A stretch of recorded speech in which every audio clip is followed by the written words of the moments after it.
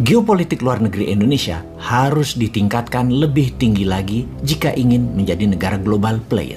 Salah satunya bagaimana membuat semua negara tetangga menjadi respect, hormat dengan Indonesia. Yang Indonesia harus kumpulkan secara cepat rasa hormat tersebut.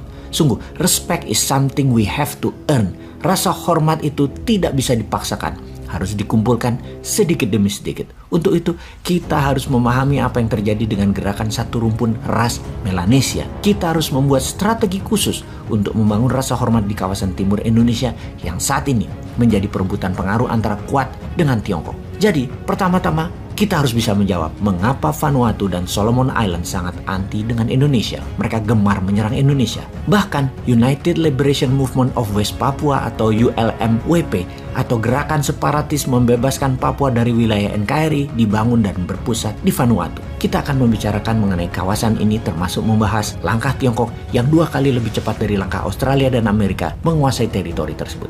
Video narasi kali ini didukung oleh aplikasi Dinaran. Dinaran adalah banking sistem layaknya uang Anda diletakkan di BCA dan Mandiri. Ada debit card untuk transaksi edisi dan ATM. ATM-nya GPN. Selama ada logo GPN, kartu ATM Dinaran bisa tarik tunai. Dinaran yang membedakan dengan BCA dan Mandiri adalah rekening rupiah Anda tadi ada jumlah gramasi emas yang setara. Kalau Anda letakkan 10 juta rupiah, maka di debit card Anda ada kurang lebih 10,3 gram emas juga sebagai underlay-nya. Gramasi emas selalu sama, namun nilai rupiah turun naik berdasarkan naik turunnya harga emas dunia. Ayo sahabat, registrasi di aplikasi Dinaran di Google Store dan Apple Store segera dan pastikan rupiah Anda ada emasnya. Kita lanjutkan pembahasan tentang wilayah timur Indonesia. Kita bahas sebentar tentang perang asimetri. Perang asimetri adalah bentuk perang yang tidak serupa, tidak semodel. Kalau kita ibaratkan di dunia bisnis, yaitu matinya kantor pos dibantai SMS atau WA dalam perang informasi. Beda model bisnis dari surat menyurat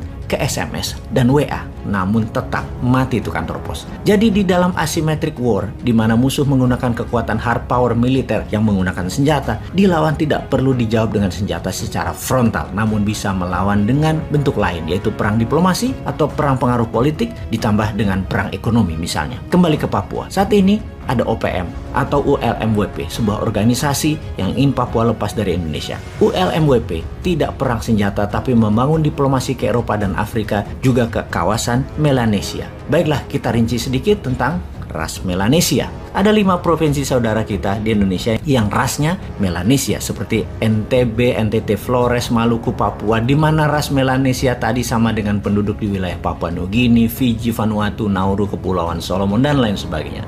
ULMWP, United Liberation Movement of West Papua, ini mepet secara kultural, ras, dan diplomasi ke negara-negara Melanesia di Pasifik Selatan. Secara pribadi, Bos Wen ini cukup tahu wilayah tersebut semua karena lama beredar di sana atas nama informasi pertahanan. Saat ini yang menjadi pejuangnya adalah Dubes Indonesia untuk New Zealand. Berat tugas dia. Berat memang melawan perang asimetrik di Papua itu. Perlu keseriusan pemerintah pusat.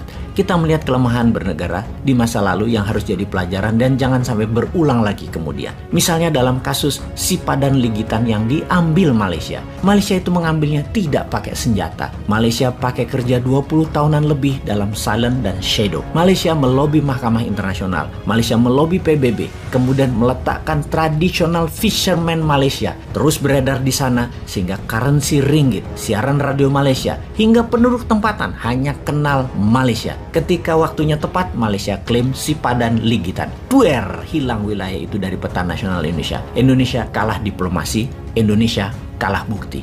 Itulah perang asimetrik. Itulah juga strategi Tiongkok dalam perang dengan Kuat di Pasifik. Kita kembali mendiskusikan strategi Tiongkok melawan Kuat di Pasifik. Sahabat semua, kita tahu negara Pasifik itu bukan negara berkembang yang bodoh. Mereka cukup pintar memahami langkah Tiongkok. Tiongkok menjanjikan banyak hal dalam perjanjian dengan negara Pasifik tersebut, seperti menyediakan dana $3 billion untuk membangun infrastruktur, kemudian strategi penanganan dampak perubahan cuaca yang bisa menenggelamkan banyak pulau Pasifik, mengirim 200 tenaga medik dan 5 juta vaksin untuk menangani virus Wuhan, 2.500 guru dan dosen, dan 1.000 tentara untuk keamanan. Dan dalam deal kali ini juga ada kalimat, Tiongkok boleh membangun pangkalan militer, maritime base, serta meletakkan personil militer di kawasan Pasifik tersebut. Wang Yi yang berada di Kepulauan Pasifik selama beberapa hari mengadakan kunjungan ke 7 negara Pasifik dan 3 virtual meeting dengan 3 negara lainnya. Pusat pergerakan ini semua ada di Solomon Island dan berakhir di Fiji, di mana Wang Yi memberikan pernyataan persnya akan rencana kerja dengan 10 negara Pasifik dengan Tiongkok di Fiji tersebut. Kegiatan Tiongkok di Pasifik ini menampar keras Perdana Menteri Australia yang baru, Anthony Albanese, karena semua ini terjadi di halaman belakang Australia, sehingga membuat kuat jaga-jaga dan Canberra buru-buru juga mengirim Menteri Luar Negeri Australia ke Fiji di saat yang sama. Agaknya memang langkah Tiongkok ini bikin panik kuat dan pastinya bikin panik Australia yang kehilangan pengaruhnya di negara-negara Pasifik tersebut. Ada yang menarik di antara negara yang sedang digarap Tiongkok. Di negara Pasifik tersebut ada satu negara kecil yang melawan dan tidak mengizinkan wilayahnya untuk di-fishing, diambil ikannya oleh Tiongkok dan tidak mau join kesepakatan dengan Tiongkok. Dialah Mikronesia. Mikronesia negara kecil yang penduduknya hanya 150.000 jiwa, di mana Presiden Mikronesia, David Panuelo, menuliskan surat peringatan atas langkah soft power Tiongkok ke 21 negara Pasifik sebagai langkah penaklukan dan berpotensi penghilangan kedaulatan atas negara Pasifik atas kekayaan alamnya sendiri. Tiongkok dianggap sedang cari akses untuk kendalikan regional Pasifik. David Panuelo meminta 21 negara Pasifik menolak kerjasama dengan Tiongkok. Di sisi lain, Tiongkok menyangkal adanya surat peringatan dan email dari pemimpin Mikronesia tersebut kepada semua negara Pasifik, termasuk 10 negara yang akan menjalankan kerjasama ekonomi dengan Tiongkok. Demikian Wang Wenbin, juru bicara Kementerian Luar Negeri Tiongkok, berkali-kali menyangkal adanya surat Panuelo tersebut, karena Tiongkok percaya kerjasama ini akan menguntungkan semua negara Pasifik. Tetapi kita percaya, negara Pasifik itu juga tahu apa yang terbaik untuk negaranya masing-masing, apa yang jadi nation interest negara tersebut untuk berkembang maju tanpa terjebak pinjaman Tiongkok. Bisa kok membangun negara masing-masing tanpa hutang. Mudah-mudahan hasil akhirnya